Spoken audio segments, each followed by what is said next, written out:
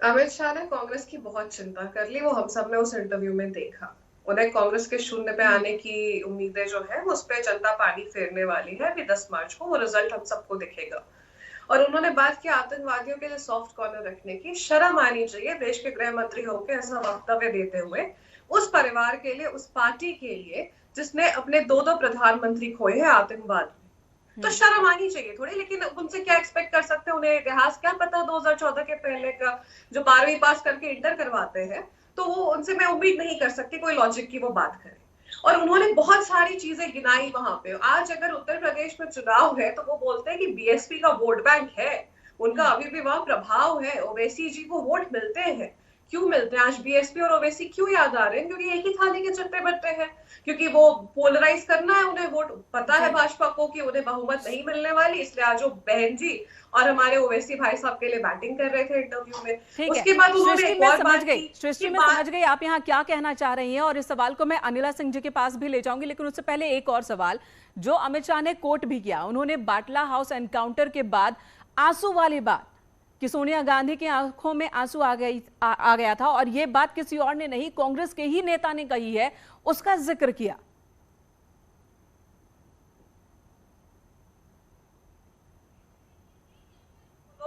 पाकिस्तान भी चले जाते, बिना बुलाए बिरयानी भी खा आते हैं। लेकिन क्या सोनिया गांधी जी की रोते हुए तस्वीरें हैं? नहीं है ना। तो अगर हमने कैमरे पे नहीं देखा उन्हें रोते हुए, तो हम उस बात पे डिस्कशन क्यों करें? कहने को तो उन्होंने बोला था कि मैं पाकिस्तान नहीं गया, लेकिन आज प्रूफ है कि वो पाकिस्तान जाके बिरयानी खा के आए थे बिना बुलाए।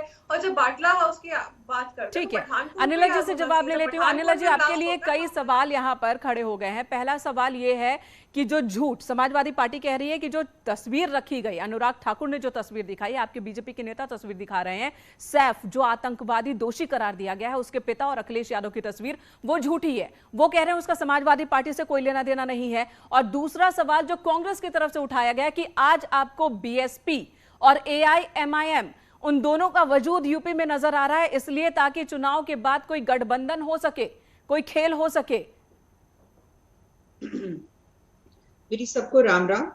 और सबसे पहले तो समाजवादी पार्टी के प्रवक्ता बंधु हैं, उनके विषय में मैं कह दूं तो समाजवादी पार्टी है जो आतंकवादियों को संरक्षण देती है, अपराधियों को संरक्षण देती है और बदले में सहायता लेती है, और हर रूप में सहायता लेती है, चाहे वो पैसों का माध्यम हो और चाहे वो दहशत का माध्यम।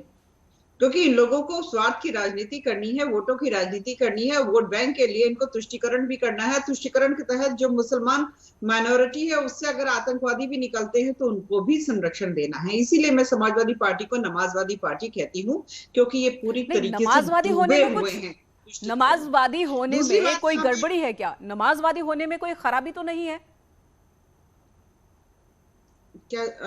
नमाजवादी होने में नहीं, बहुत अच्छी बात है। इसीलिए मैं कह रही हूँ ना, तारीफ कर रही हूँ, प्रशंसा कर रही हूँ कि ये नमाजवादी पार्टी है, बहुत बढ़िया पार्टी है ना।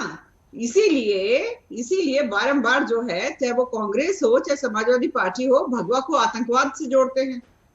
पूरे विश्व में भगवा को आतंकवाद से नहीं जोड़ा जाता, परंतु ये वो राजनीतिक दल हैं जो भगवा को आतंकवाद से जोड़ते हैं। परंतु पूरी विश्व जो है, जिस कौम से आतंकवादी सबसे ज्यादा निकलते हैं उसको पहचानती है, उसको ये पहचानते नहीं है। अरे ये क्या डिनाई कर सकते हैं?